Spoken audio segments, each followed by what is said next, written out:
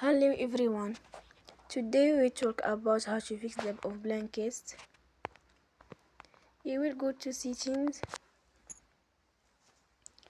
Then we click on apps. After that you will search the app Blinkist and you will click. Then you will on force stop. After that you will go to storage. Then we click on clear cache.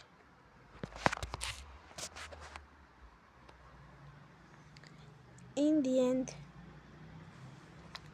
turn off your phone and you will recharge your phone again.